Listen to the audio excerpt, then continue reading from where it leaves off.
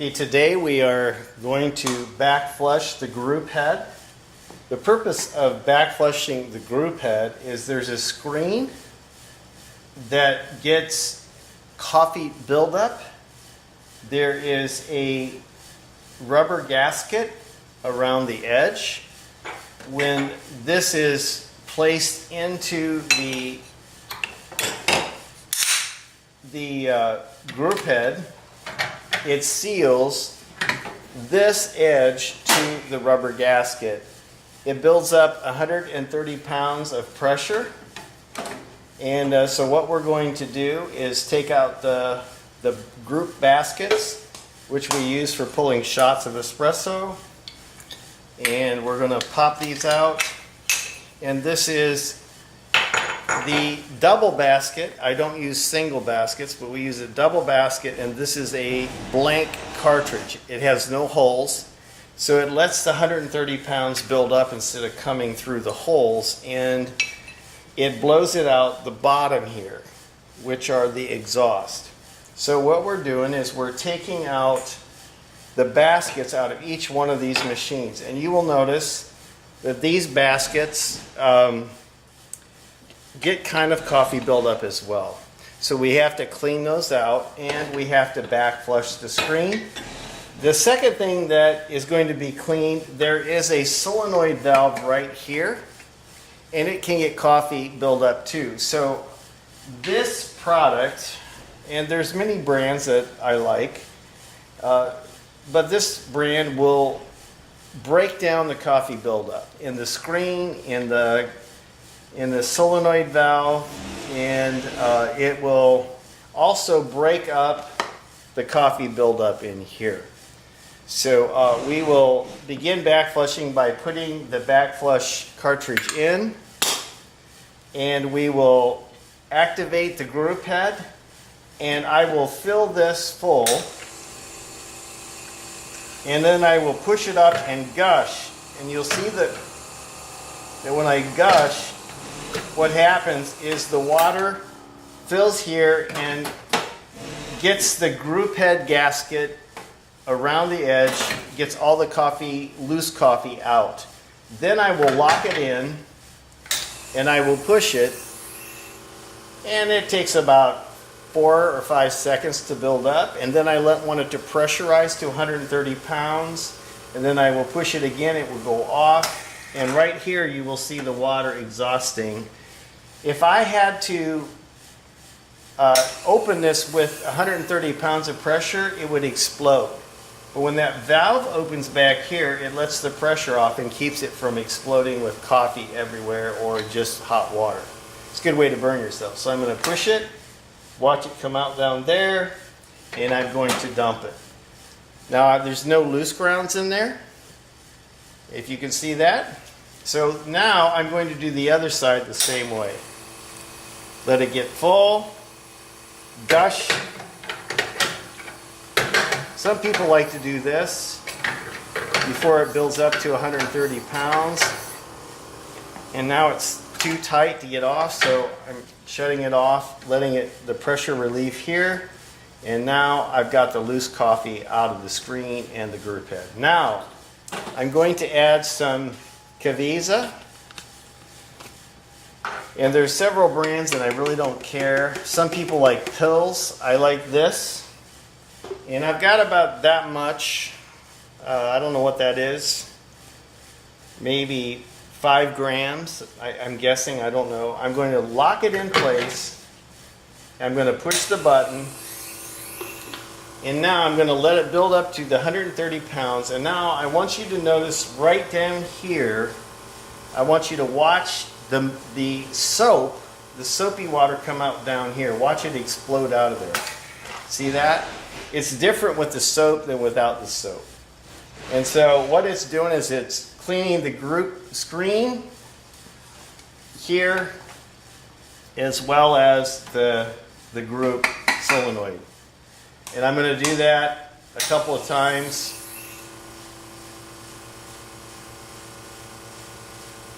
I'm going to let it go 5, 6 seconds, whatever. Let the build-up pressure come out, stop dripping. And now I'm going to show you that the soap is dissolved, and you can see a little bit of coffee coloring from staining and buildup. Now I'm going to lock it into this side without dumping it, because I'm going to use that same soap, group head soap, from this side and this side together. I'm going to do this a couple times, and I'm going to let it build up pressure. And with the building up of pressure, the screen is getting cleaned here, and it's going to exhaust right here. And you see the soapy water hitting the drip tray, going down and out the drain. Going to loosen it up, show you what it looks like. I still have soap, so I'm going to go back and forth until the soap is dissolved. I'm going to go from this side to this side. Now, a lot of people will use one side more than the other. And I have to discipline myself. This is my home machine, and I use this more. So what I do is I keep the Backflush blank in one of the portafilters. And so if I go to pull that out and I see the blank, that means don't use that side, use this side, because I'm used to using this side. So I make myself use both sides equally. And I would recommend that for group head gasket wear as well as the solenoid. And it's never good for anything to sit idle without being used. Okay, so now I've done it a couple times here, a couple times here, a couple more times, and now my soap should be pretty well dissolved. And I'm going to show you. Now look at the water. Can you see the water? I really want to get the soap out of the way so you can see the water. Can you see the coffee and the buildup? It looks like coffee instead of just Backflush water. Do you see that? And so that shows you it was clean. I was getting nothing out of either side, but that shows you that it takes the soap to break that coffee down. If you like a good relationship with your repairman and you want to see him often, don't Backflush. Let the machine get abused, and then he'll have to come and fix it. But I don't like that. So I'm going to dump this water, and then I'm going to get rid of the soap. You see the soap in that water? I'm going to gush, dump, gush, gush, lock. And now I'm going to get clear water out of this again. It's got a little soap in the solenoid the first time. I don't have any soap there, so I'm going to do the same over here. Get rid of the soap. See the soap in there? Gush, dump, gush, lock. And you should see a little bit of soap coming out the first time only. Dump it. Lock it back.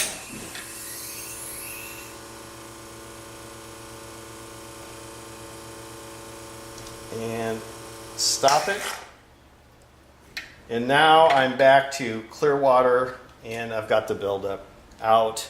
My screen, I feel it's pretty slippery. It's still got a little soap film. So I'm going to do one more. Gush, gush, dump, lock. And I'm going to stop it. And then I'm going to the other side. I'm going to gush the soap film. I don't want any soap film. You don't want to taint your next shot with soap film. Okay. Now I think I'm good. That feels good, clean, without the soap film. And now I'm done with that. Now, here's what I'm going to do next. I'm going to take this grate out of here, and you can see it has spots, and I'm going to take that to the sink. You're going to see that this has a lot of coffee particles as well. And I'm going to rinse this and take a rag and a brush and get rid of all that. This then is my drip cup where it goes down through my countertop to the drain below. And this is going to have to be wiped off. You can see the milk on there. And this happens when somebody steams milk and forgets to wipe it off. Okay, I've cleaned these and now I'm drying them and slipping them back. This has to go behind the faceplate. It clicks in, and then the grid is dry and clean. And now I want to clean the steam wand. And I want to point out to you, this is a common mistake. This is a scrub pad. It's a Scotch abrasive pad, and if you use this on here, it's going to take the chrome off, and underneath the chrome is brass, which is porous. Never. How do you do the cross mark?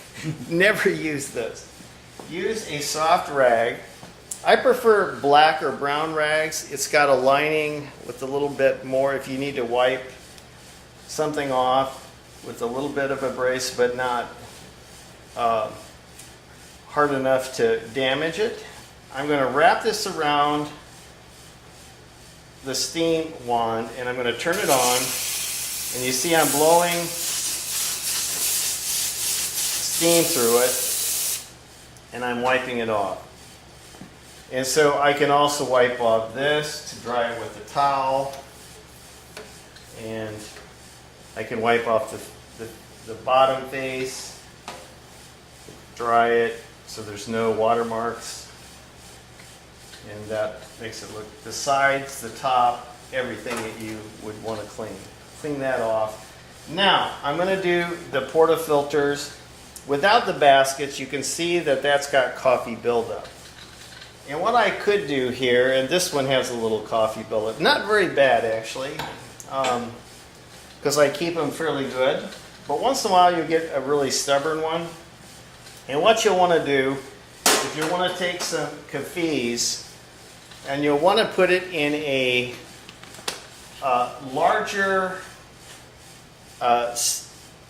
steam pitcher and soak these in the cafes in water. Use hot water to dissolve it. A lot of times, to help dissolve it, I will shoot steam into the cafes water in the frothing pitcher, so it's all the granules are dissolved. And then I put these in, and it will take the coffee buildup here, and down in here, and inside here, and here, and it will clean it all at once. As a matter of fact, you can even soak it, and see that has a little coffee buildup too. Or, if it's not very bad, like this, you can take a little bit of hot water, and you can get it wet and then put a little bit of Caviz or espresso cleaner, sprinkle it like that, because this is abrasive enough. And I can take this and I can wipe it out, and you can see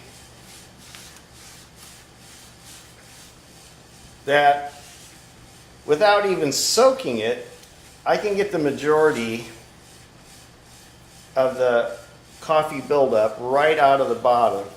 Now underneath this chrome is brass, and so if you use a scouring pad, never use, then it will scrape the chrome off and expose the brass, which is more porous, which holds more coffee stains.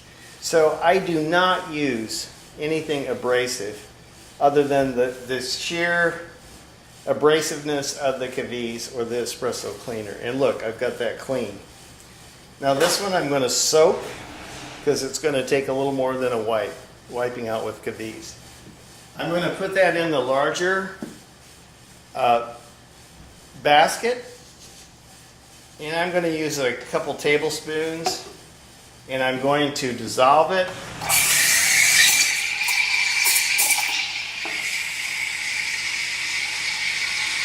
And I'm going to heat it up, heat the water up.